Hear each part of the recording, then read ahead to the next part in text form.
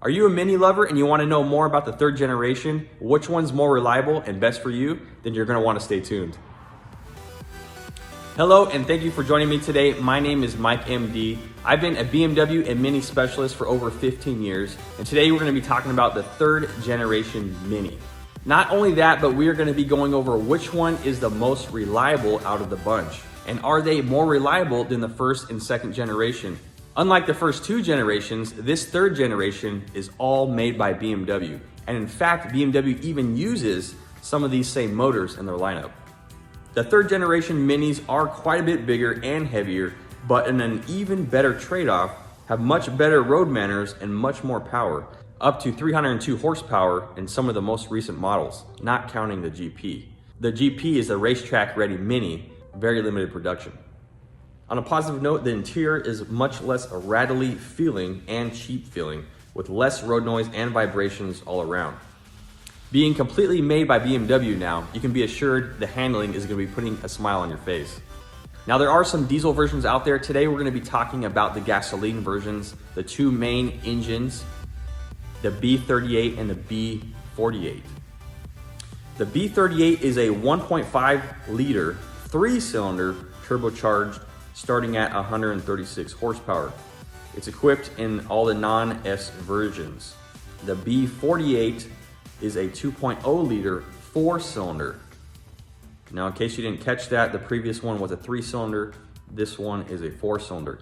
It is also turbocharged and it starts at 181 horsepower and is equipped in all the S models. This 4-cylinder engine replaces the BMW's 4-cylinder turd, the N20. One of their least reliable engines. Don't be alarmed though, this engine is already proving itself as being much more reliable and better made and designed engine all around.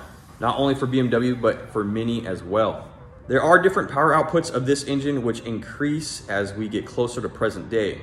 Both the 3-cylinder and 4-cylinder engines are equipped with direct injection, variable valve lift, which is called Valvetronic, and variable valve timing, which is called Vanos, for the intake and exhaust camshafts. They both also feature a twin scroll turbocharger. It's kind of like having two turbochargers in one, the way it's designed. It's a lot smoother and much more efficient for production vehicles. All right, so the 4 cylinders equipped in the S models have a flat crank design with a larger stroke.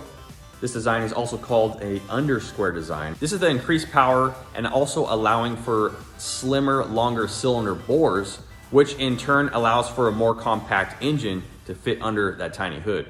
Starting in 2019, the same B48 4-cylinder featured in the JCW models, which stands for John Cooper Works, will be equipped with 302 horsepower. The way they did this was reinforcing the crankshaft and adding larger crankshaft main bearings. New pistons to accept more boost from the turbochargers as well. Now, according to Mini USA's website, their fastest Mini, not counting the GP, is the JCW Clubman, which rips a 0 to 60 in 4.6 seconds. That's pretty awesome. It is all-wheel drive, so it's able to plant all that power straight to the ground. So you might be thinking, Mike, why are you focusing so much on this 4-cylinder? I want to know a little bit more about the 3-cylinder. Is it more economical? Is it more cost effective? Well, I'm going to get to that in a little bit. Overall, the third generation is really proving itself to be more reliable than the previous generations. It has to be to keep up the reputation. The first and second generation's lack of reliability really hurt the Mini brand name. With this third generation, there still are some pitfalls that you're going to want to watch out for.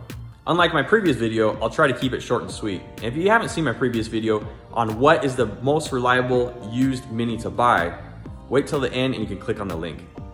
All right, so the first couple of years you're gonna wanna stay away from late 2013 all the way through 2015, and especially on the non-S, which features the 3-cylinder engine we talked about earlier.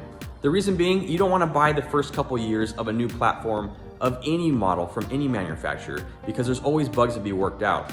Now for Mini, especially on the 3-cylinder, it had a couple of recalls in the beginning. One of the issues being the crankshaft thrust bearing would start wearing out and causing some problems. Even though these issues were covered under the Mini warranty, this 3-cylinder engine is less refined, it has a lot more vibration, and for some reason just has more issues. And besides, you never know what lurks in the shallow waters of unreliability. some of that stuff will pop up later down the road. Now, moving a little further along on the drivetrain, we're gonna be talking about the transmissions. The transmissions are a lot more reliable than the previous models. There's no dreaded CVT transmission. The regular automatic transmissions are a lot better. The manual transmissions are a lot better. So no major issues as far as transmissions go. There are 3 transmission options depending on which model you get. You have the 6-speed manual transmission. They now offer a DTC transmission, which is a dual clutch transmission, and an 8-speed automatic transmission. Okay, so what does this all boil down to? Now, this is the Mini to get. Any model from 2016 to present, as long as it is an S version or a JCW version.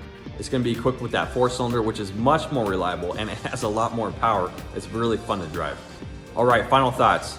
Though this Mini is much bigger and heavier and isn't quite a Mini anymore, don't let that stop you from considering this 3rd generation. Go out and test drive one. I promise you're gonna fall in love. Everybody, thank you for tuning in today. I hope this video really helped you. And if you'd like more videos like this, please like and subscribe. Don't forget to hit the notification bell. I'll see you next time. Happy motoring to you.